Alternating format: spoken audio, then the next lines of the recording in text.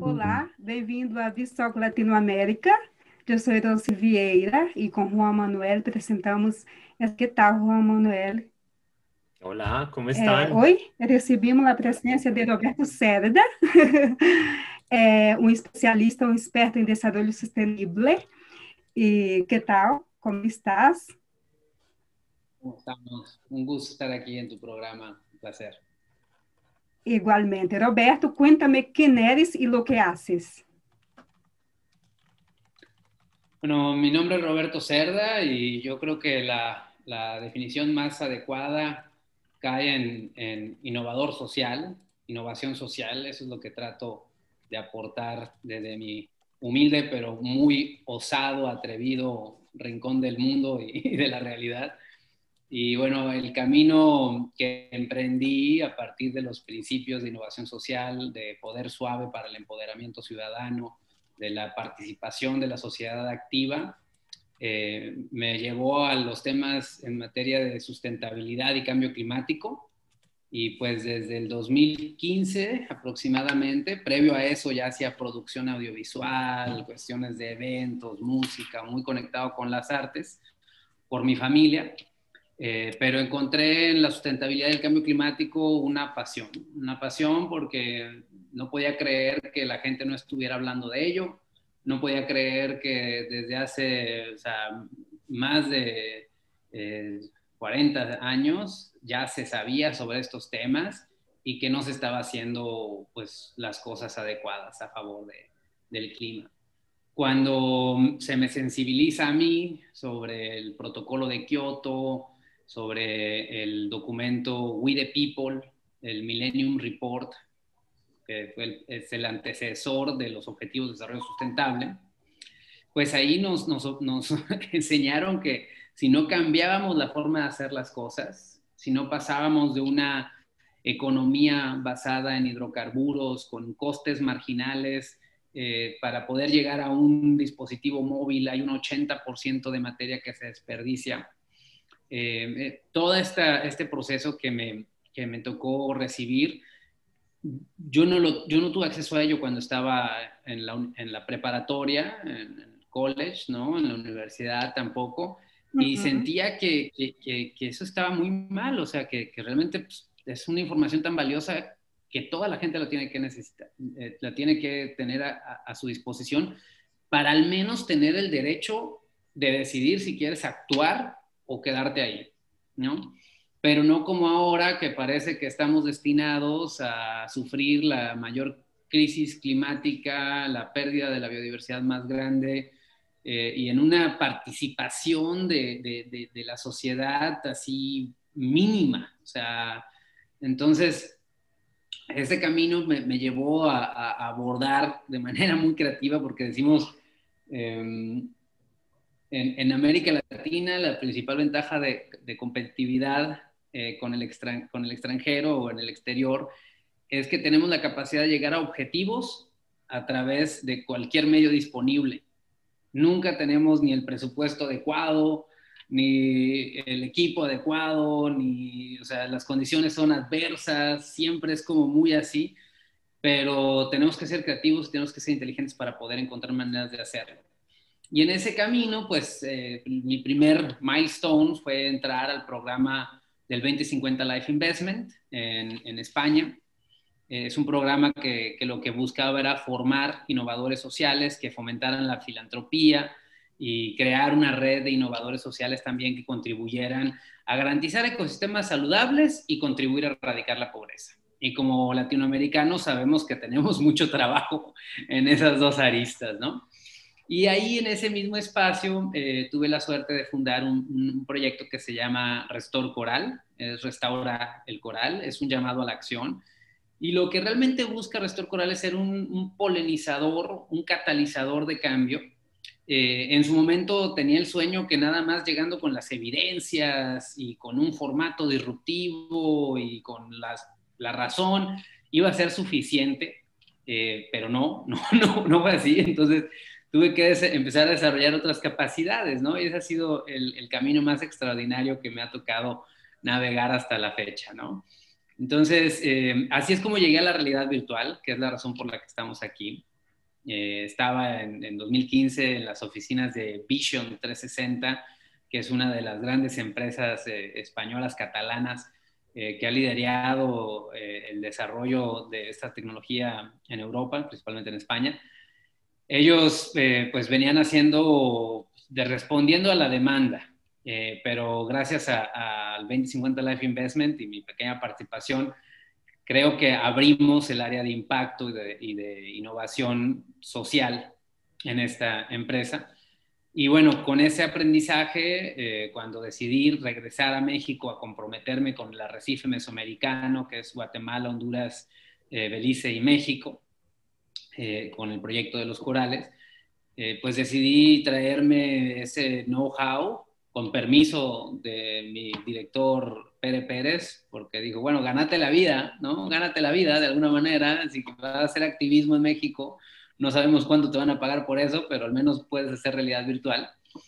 Y con ese conocimiento y con el corazón comprometido y entregado a tratar de hacer una diferencia a favor de los arrecifes de coral, pues he desarrollado una tesis en el que se basa cómo la innovación social y las tecnologías emergentes juntas pueden contribuir a los objetivos del desarrollo sostenible y principalmente a la restauración de los ecosistemas marinos.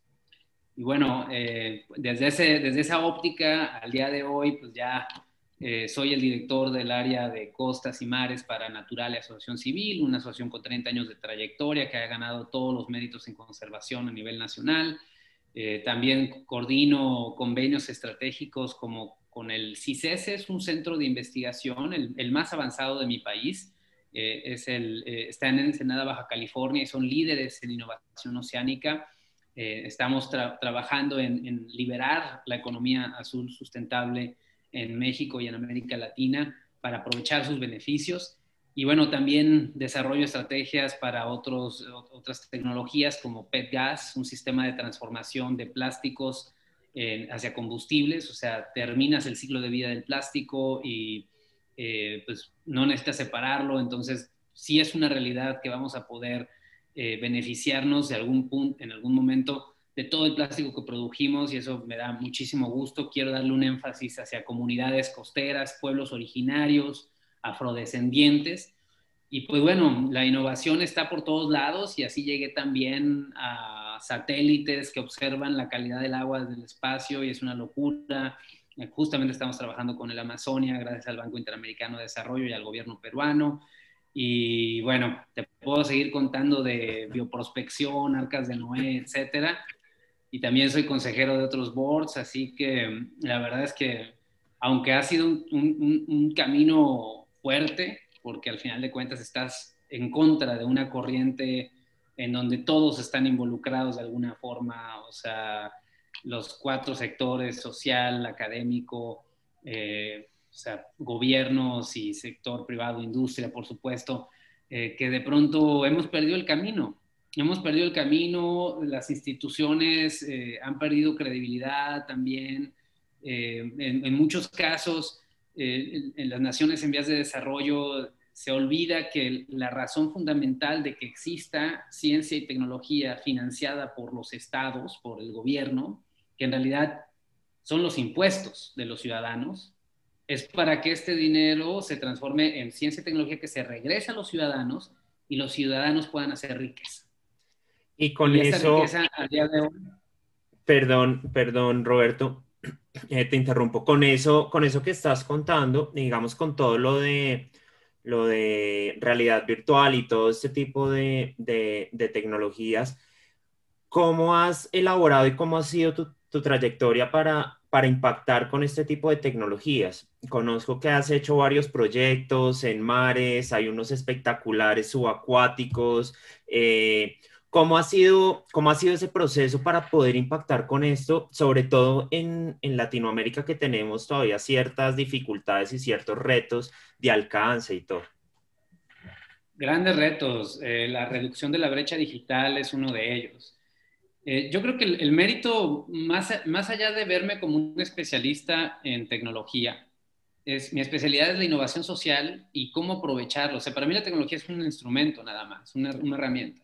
Lo que yo descubrí con la realidad virtual es que es un instrumento que te permite llevar a la gente de la curiosidad al interés, del interés al deseo y del deseo a la acción.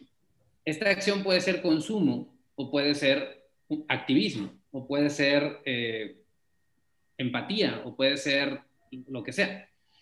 Entonces, mi primera eureka fue, o sea, entender que la educación va a cambiar radical y absolutamente si se implementa correctamente esta tecnología. Y a partir de eso, bueno, un contenido con mucho valor, una gran experiencia en Asia que pude documentar, fue suficiente como para crearme un pequeño portafolio. Comencé a tocar puertas en México. De hecho, llegué a pedir trabajo, pero me encontré con una industria que todavía no estaba tan madura como en España. Entonces decidí yo emprender por mi cuenta. Entonces, a partir de esto, en este programa que te menciono de Restor Coral, lo que hice fue empezar a tocar actores claves del sector ambiental, políticos, empresarios, etcétera, pero también me puse el overall y me fui con mis visores a las comunidades mayas, rurales, lugares más marginados, y ahí fue donde me di cuenta de, primero que nada, la nobleza de la tecnología cuando tú le presentas por primera vez a un niño un contenido de medio ambiente, porque no es nada más la tecnología, es el qué le estás diciendo con la tecnología. Y pues que se maravillaban, se estremecían, muchos aunque viven cerca del mar no conocen el fondo marino. Recordemos que el buceo es un deporte élite, carísimo, 1% de la población mundial solamente. Entonces ahí fue cuando surgieron miles de ideas, por ejemplo, Memoria Virtual, un proyecto que he liderado en México que lo que busca es proteger el patrimonio biocultural, porque en América Latina no podemos separar la parte del medio ambiente con la parte de la cultura, son intrínsecos, responden, son reflejo el uno del otro. Es por eso que nuestras deidades, nuestros sitios, todo estaba alineado con el cosmos, con la naturaleza, con el mar, con todo. Entonces, hay cuentos, tradiciones y todo que nos llevan a ello, y hay naturaleza que nos lleva a los cuentos y las tradiciones. Entonces, así fue como pudimos comenzar a tejer esto. Y luego me di cuenta que pues yo no iba solito a poder producir todo el contenido que se necesitaba, al menos no a tiempo para salvar los recursos naturales o para ayudar con todo esto. Entonces vino esta idea de crear una iniciativa de responsabilidad de la industria en etapa temprana, ¿no? Que se llamó el Instituto Mexicano de Realidades Mixtas. Entonces, si me permites, te voy a compartir una pantalla. A ver. Vale, perfecto. A ver, y con esto, no sé qué hice. A ver. Para poderte mostrar a detalle. Bueno, ¿ahí me ven? Sí, está, sí. Bueno, primero voy a llevar su atención a esta gráfica que a mí me resultó de las más interesantes y fáciles de comprender. Porque para poder tener una economía necesitas una sociedad, y para tener una sociedad necesitas una biosfera. Así de sencillo. Entonces, los objetivos de desarrollo están divididos de esta forma, con 4 básicos, que es la acción climática, que es básicamente comenzar a extraer el CO2 de la atmósfera y regresarlo al suelo, importantísimo, porque esto aumenta la acidificación en el océano, que es el sistema que soporta la vida en el planeta, y también afecta a la capa de ozono, lo cual pues derrite a los hielos. Entonces, fundamental. El segundo, como mencionaba, proteger la vida bajo el agua. Somos especies que emanan del mar. Si hay algo que nos conecta a todos es que todos venimos del mismo mar, de la misma agua. El agua tiene múltiples estados, pero realmente pues es el mismo agua que ha estado desde la época de los dinosaurios hasta la fecha. proteger la vida en la tierra, que es básicamente orientado a los bosques, selvas. Por supuesto, América Latina tenemos el Amazonia y la selva lacandona, que son fundamentales, importantísimas, y el derecho al agua potable. De ahí vienen los objetivos a nivel sociedad, que es erradicar la pobreza, tener ciudades sustentables, fortalecer las instituciones y crear la paz, la transición a energías renovables, garantizar la salud, ¿no? Esto incluye también la nutrición, que sería el objetivo 2. No es lo mismo comer que estar nutrido, ¿no? Muchas veces se ha sacrificado el factor de nutrición por tener alimentos baratos, y por supuesto en el mismo campo de pobreza también se incluye esto de salud y también de educación y la equidad de género, que después nos lleva a los objetivos económicos, que sería crecimiento y desarrollo sustentable, infraestructura innovadora, la reducción de la inequalidad. Esto ya se refiere más a los derechos de los países en vías de desarrollo contra los derechos de los países desarrollados. Hay un término que se denomina excepcionalismo, ¿no? Entonces, los que ponen las reglas no las respetan, y eso es una cosa fatal, ¿no? Y la economía circular, por supuesto, y en el eje de todo esto está el objetivo 17, que es hacer alianzas. Y bajo esa premisa desarrollamos esta iniciativa, ¿no? Que lo que busca en su momento, y por favor los invito a que todo América Latina me copie lo más rápido posible, lo que necesiten para copiarla, yo les ayudo, porque necesitamos ser muy rápidos en esto. Y lo primero que tenemos que hacer es fomentar la formalización, el desarrollo y profesionalización de la industria mexicana, en este caso, ¿no? Del BR y el AR. Promover la creación de proyectos y contenidos que contribuyan al bienestar y desarrollo de las generaciones presentes y futuras. De ahí hay un tema de sensibilización y de instruir a las autoridades en áreas de educación, salud, arte, cultura y sobre todo innovación social.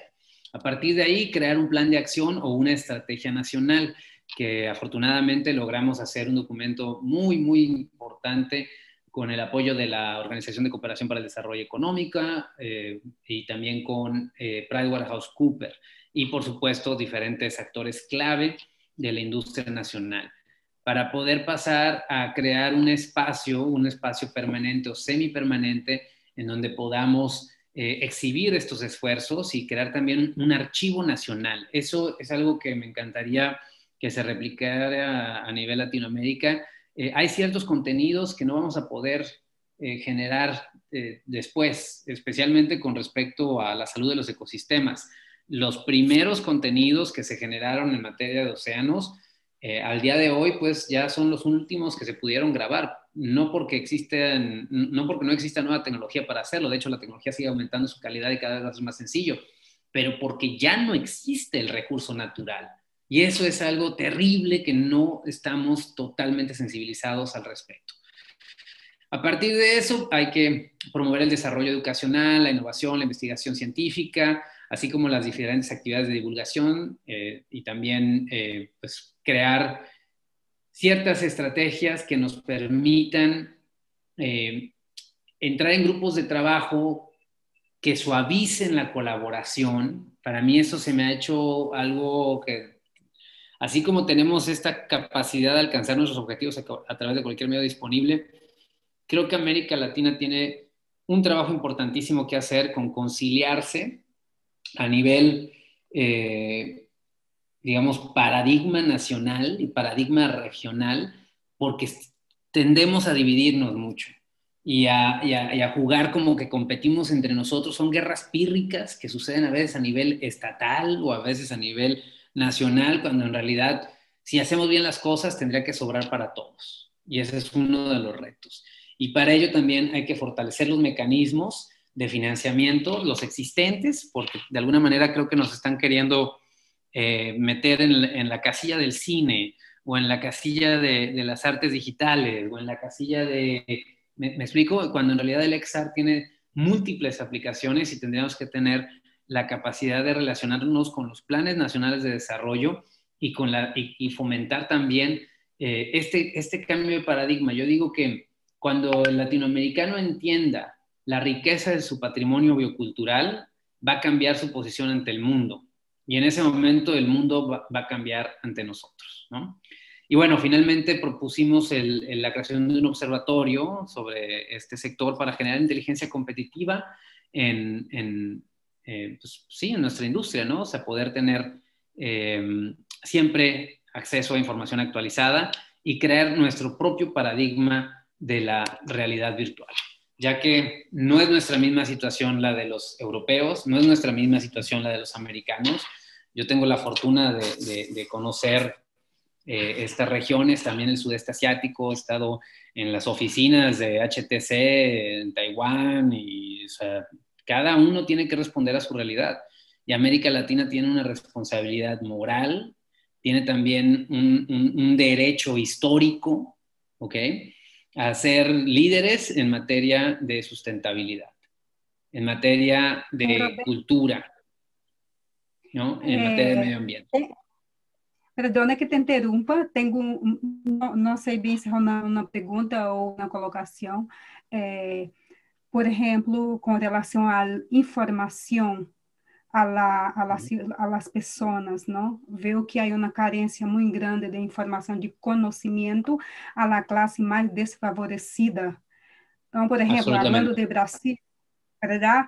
Hablando de Brasil, por ejemplo, porque como estamos vendo, o desenvolvimento sustenible está conectado, não há um afora, um adentro, estamos conectados, e também hace parte de uno, de como autoconhecimento, não?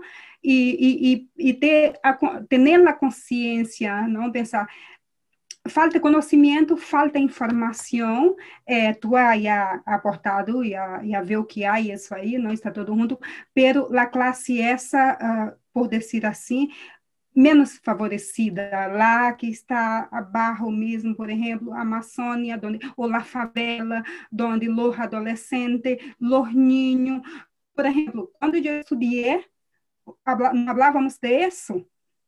Então, assim, cheguei à fase adulta, agora vivo em Espanha. Em Espanha, me dei conta de la necessidade de conhecimento e informação que temos em Brasil, por exemplo, e penso que em toda a Latinoamérica, não? Há cambio, temos que ter, creio que cambio de paradigma, que isso também é, porque como tu disse, tem muita experiência, porque ha viajado muito, ha estado em vários continentes. Eu saí de Brasil para aqui e he visto cambio. Claro que falta muita conscientização, não?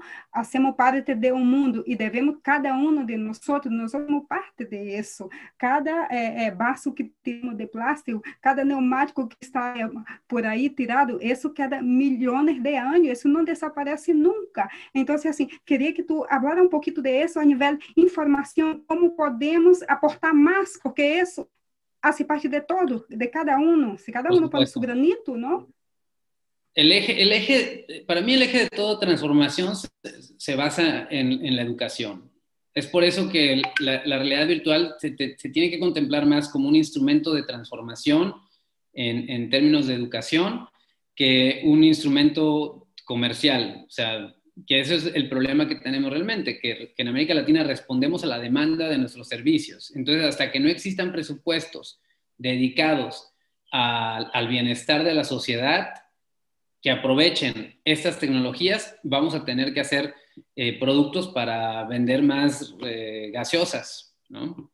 Y eso es terrible, o sea, te están quitando una oportunidad dorada, porque no siempre estamos en la creación de un nuevo medio de comunicación. O sea, hace 5 años lo que hablábamos es de que estamos en el momento de los Lumière, aunque en realidad la tecnología de realidad virtual tiene desde los 80s, ¿ok? Uh-huh. Esto es importante reconocer los esfuerzos de penetración de la tecnología, por ejemplo, el Google Cardboard, que es algo muy sencillo, y también el tema de la aceleración de, digamos, producción de tecnología a bajo costo en celulares y demás. Ahora, si seguimos produciendo así, nos vamos a acabar los recursos naturales antes de educar a todo el mundo. Entonces, es por eso que nosotros también decidimos crear un órgano de exhibición y distribución. Si el contenido es rey, dicen los americanos, if content is king, distribution is King Kong, ¿no? O sea, porque sí es cierto, o sea, lo hablamos todo el tiempo, o sea, muy, bueno, padrísima tu tecnología, pero te la entienden 100,000 personas, ¿no? Y ¿qué pasa en mi caso, son 120 millones de habitantes, de los cuales el 50% está clasificado en el margen de la pobreza, o sea, 60 millones de pobres en la economía número 17 del mundo, a un lado de la economía número 1, bueno, al menos en sus épocas de gloria, y lo que tenemos que hacer es coordinar esfuerzos de reducción de brecha digital, llevando tecnología que no necesariamente tiene que ser la más moderna. El reciclaje es algo súper importante. Repurpose, reuse, recycle, reusar, darle un nuevo propósito y reciclar, al final de cuentas, lo más posible, porque si no también la generación de tecnología nos va a llevar a la muerte. O sea, hay una pieza de Greenpeace, del artista Amanda de la Rosa, que es una calavera hecha con todo tecnología, o sea, desperdicio tecnológico, las pantallitas de los iPhones, los cables que te cambian, cada generación te cambia un nuevo cablecito para cargar tu celular, etcétera, etcétera, ¿no? Las camaritas, bla, bla, bla. Entonces, el futuro tiene que ser circular, es una realidad. Fomentemos el consumo de productos y servicios que nos lleven hacia la circularidad. En el caso puntual de los corales, no sirve de nada estar plantando y plantando coral si los hoteles no cambian su comportamiento y abrazan los paradigmas de la circularidad y reducen su impacto. Es, como dices, un sistema holístico, integrado, y en eso hemos fallado, porque el paradigma dominante es fragmentado, todo está fragmentado. Simplemente el hecho de que exista una palabra diferente para decir humano y naturaleza como dos cosas separadas, cuando en realidad en la cosmovisión indígena, en la cosmovisión prehispánica, las palabras incluso como mapuche significan las dos cosas en una sola. Eso quiere decir que se entendían como una sola cosa. Si no lo puedes mencionar, no existe. Entonces, en tu visión. Y es por eso que también es muy gracioso cuando tú llevas a los líderes de las naciones indígenas a los foros de la ONU, y en realidad ellos dicen, no, pues es que, o sea, pues es que el problema no es más que de la cabeza, o sea, es un tema de paradigma. O sea, ese es en realidad el gran reto que tenemos. Por eso decía que a nivel América Latina tenemos que hacer esa paz con el indio, con el negro, con el español, con el de la ciudad, con el del campo, con todos, y podernos asimilar como que si el señorcito del campo no hace bien su trabajito de sembrar maíz y poderlo tener ahí, tú no comes bien. Y si tú no comes bien, nada funciona. Y no podemos pensar en un desarrollo que solamente va a privilegiar a algunos, cuando en realidad la mayoría no tiene acceso ni a la educación, ni a la salud, ni a la nutrición, ni a la vivienda. Y todo esto se va a empeorar con el efecto de cambio climático. Y no hay país del primer mundo que tenga la capacidad financiera para aguantar una migración masiva por los efectos de la degradación de los ecosistemas. Wow, Roberto, pues información súper valiosa y no muchos, lo que tú dices, no muchos estamos concientizados del tema, al contrario, son muy pocos.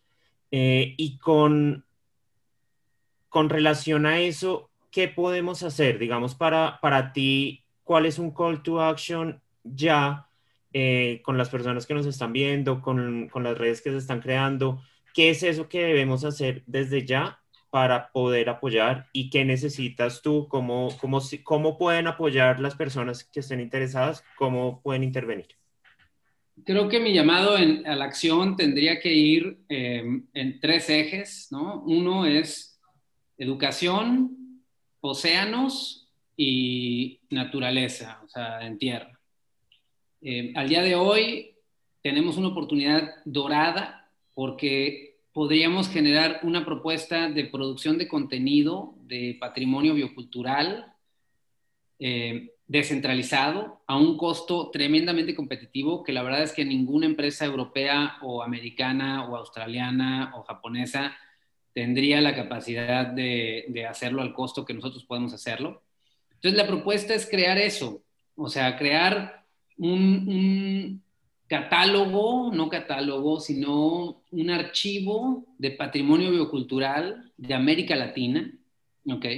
Y ahí va a haber espacio para fondeo de bancas de desarrollo sostenible, fondeo de gobierno y fondeo de áreas de responsabilidad corporativa. Y como lo que les van a pedir es el impacto, aquí es donde viene la oportunidad también para que los creadores de contenido se junten con los distribuidores y los exhibidores. Y en todas las áreas, en todos los festivales de tecnologías inmersivas o de nuevos medios o de cine, agregar un área de medio ambiente en donde este contenido que se produce vaya cayendo ahí. La pregunta es muy sencilla. ¿Quieres preservar tu patrimonio? ¿Sí o no? Bueno, pues, sí, ¿no? ¿No? Tu patrimonio biocultural, pues creo que sí, ¿no? ¿Quieres educar, sensibilizar a las nuevas generaciones? Pues también lo necesitas, ¿no? Entonces, incidir en el Plan Nacional de Educación Pública, súper importante, creando espacios públicos para el goce de estas tecnologías también va a ser fundamental.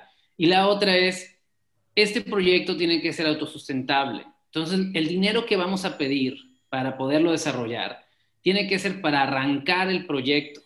Y una vez que arranque el proyecto, podemos crear un modelo para que sea autosustentable, un modelo de sustentabilidad, en el cual no nada más se beneficia a los creadores y no nada más se beneficie la agenda de exhibición y distribución, sino que también podamos recaudar dinero para las acciones ambientales y las acciones de educación de estos países que participan. Si lo pones en perspectiva, tal vez en las naciones de América Latina la recaudación va a ser menor por las condiciones socioeconómicas, pero al día de hoy incluso el blockchain con NFTs y todas estas cuestiones de darle valor a las propiedades intelectuales y a las autoridades digitales, podríamos presentar todo esto en el resto del mundo, en el primer mundo, y tener apoyo del resto del mundo, porque no es lo mismo quererle enseñar a la gente de Brasil sobre Brasil, cuando la mayoría de la gente te dice, yo ya lo conozco, pues yo vivo aquí, aunque no es cierto. Y te lo digo porque en México el 90% de las personas no conocen su patrimonio biocultural. ¿Okay? Pero cuando tú llevas esta exhibición a Francia, te dicen, hostia, tío, pero qué maravilla, que esto es acá, très bon, ¿no? O sea, lo mismo, o sea, en Estados Unidos. Entonces, ¿cómo llegamos en conjunto con una cantidad de contenido robusta, con un programa que estamos generando impacto en nuestras comunidades, en la gente que más lo necesita, en las favelas, en las comunidades afrodescendientes? El 80% de los recursos más importantes están vinculados con comunidades indígenas o afrodescendientes en América Latina. Entonces, hay sistemas, hay formas, hay metodologías para traducir los beneficios de la tecnología en campo. El MIT es uno de ellos, de hecho una colombiana, ahí también con mucho gusto la voy a presentar, Marcela Ángel se llama, y ella específicamente es la directora, que, o sea, de entrada vamos con las mujeres a todo lo que da, es la coordinadora directora de uno de los laboratorios del MIT más importantes, que su agenda es transversal y se especializan en eso, en poder hacer llegar estas ventajas a campo, ¿no? Entonces, al final de cuentas, yo lo que estoy haciendo es un llamado al objetivo 17, que es alianzas, unificarnos, trabajar en conjunto. No hay espacios para pensar que o sea, si tú realmente sacas cuántos ecosistemas tienes que grabar en Colombia, ¿ok? O sea, sí hay bastante espacio para muchos productores, ¿no? Brasil es pequeñito. ¿No? Para eso. Brasil es pequeñito, ¿no? Es bien chiquito, ¿no? Es bien fácil ir a la Amazonia y salir de ahí, ¿no? O sea, tenemos que entender las dimensiones de nuestras naciones, que somos una élite que tiene acceso a viajar, a la tecnología y eso nos hace responsables. Y si no tomas la responsabilidad, no tienes la autoridad, ¿ok?, para exigirla. Pero si te haces responsable, sí vas a tener autoridad para exigir que te den los recursos, el apoyo, lo que necesitemos. Más gente responsable, más creadores responsables. Amo el arte, yo vengo del arte, o sea, mi familia es artista, mi hermano es artista, mi hermana es artista, o sea, conozco un montón de artistas, he estado vinculado con el arte desde que tengo memoria, y la verdad es que dejé de estar ahí porque me di cuenta que estábamos siendo tan vanidosos y ególatras como el problema del mundo, pues, y que necesitábamos dedicar ese mismo talento, esa misma visión, esa misma capacidad, pero hacer algo de impacto positivo. Te quiero contar una anécdota rápida. Cuando se me invitó a participar en EarthX, Sin tiempo. Estamos perdona, quedando sin tiempo, perdón, el tiempo es muy corto, hay tanta no te cosa que preocupes. hablar, ¿no? Sí. Siempre. Un minutito. Una vez me junté con la gente de Google Earth, con la gente de National Geographic y con Wild Immersion de Jane Goodall. Y ellos hicieron una inversión millonaria en sus desarrollos. Pero como invirtieron tanto en desarrollar, no podían exhibirlo si no tenían un convenio lucrativo de exhibición. Entonces no exhibieron casi nada. Yo cuando estuve ahí, yo lo único que les pude decir, mire, yo nada más me gasté 30,000 euros, pero aquí están 5 años de exhibición impulsando un movimiento y transformamos la constitución de nuestro país. Si todos somos más generosos, vamos a poder hacer cosas más importantes. Lo que quiero decir es que no importa cuánto dinero te gastaste en crear un contenido, lo que importa es cuál es el impacto que conseguiste a partir de haberlo hecho. Y ese es el llamado a la acción. Hagamos impacto. Muchísimas Roberto, gracias, muchísimas Roberto. gracias. Un placer grande tenerte aquí. Grande aporte. Espero tenerte más veces. Claro que sí. Gracias. Sí, Gracias. Hasta Robert, luego. muchas gracias a todos. Roberto, un gusto tenerte acá y a los que nos vieron y ya tendremos chance para una segunda charla.